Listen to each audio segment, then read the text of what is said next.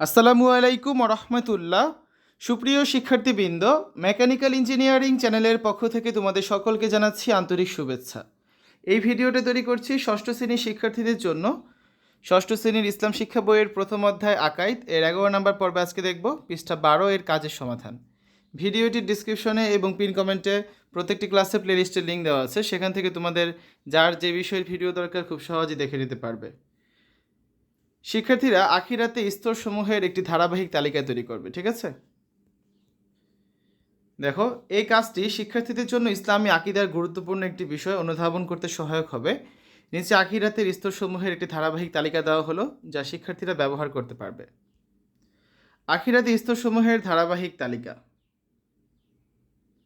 দেখো, 1 নম্বরে আছে কি? মৃত্যু বা মৌত, পার্থিব জীবনের সমাপ্তি এবং আখিরাতের শুরু।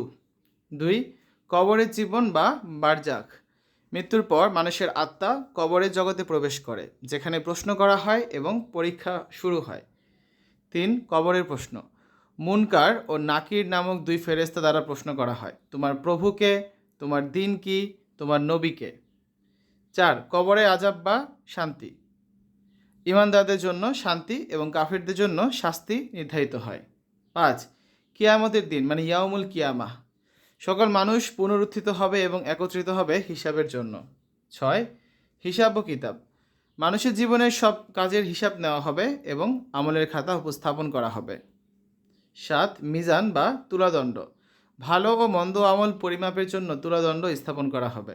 8, হাউজে কাউসার, প্রিয় নবী হজরত মুহাম্মদ সাল্লাল্লাহু সাল্লামের পবিত্র হাউজ বা হাউজে কাউসার থেকে মুমিনগণ পানি পান করবে।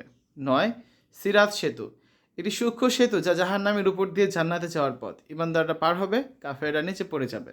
10, শাফায়াত বা সুপারিশ, নবী করিম সাল্লাল্লাহু সাল্লাম ও কিছু নেক বান্দা আল্লাহর অনুমতিতে কিছু মানুষকে সুপারিশ করবেন। 11, জাহান্নাম, যারা কাফের বা গুরুতর পাপী তাদের জন্য শাস্তির স্থান। 12, জান্নাত, মুমিন ও নেককারদের জন্য পুরস্কার স্বরূপ অনন্ত সুখ ও শান্তির আবাস। এই হচ্ছে আজকে আলোচনা। আগামী ক্লাসে আমরা 13 পৃষ্ঠার পাঠ 8 আকাইদ ও নৈতিকতা পড়ব এবং এর আলোকে 14 পৃষ্ঠায় যে কাজটি রয়েছে, একটা দলগত কাজ, এই কাজটার সমাধান তোমাদের করে দিব। এতক্ষণ তোমরা দেখেছো ষষ্ঠ শ্রেণীর ইসলাম শিক্ষা বইয়ের প্রথম অধ্যায়ের 12 পৃষ্ঠা কাজের সমাধান। আশা করি আজকের এই ভিডিওটি তোমাদের কাছে ভালো লেগেছে। আমাদের চ্যানেলের অন্যান্য ভিডিওগুলো দেখার আমন্ত্রণ জানিয়ে আজ এখানে বিদায় নিচ্ছি। আল্লাহ হাফেজ।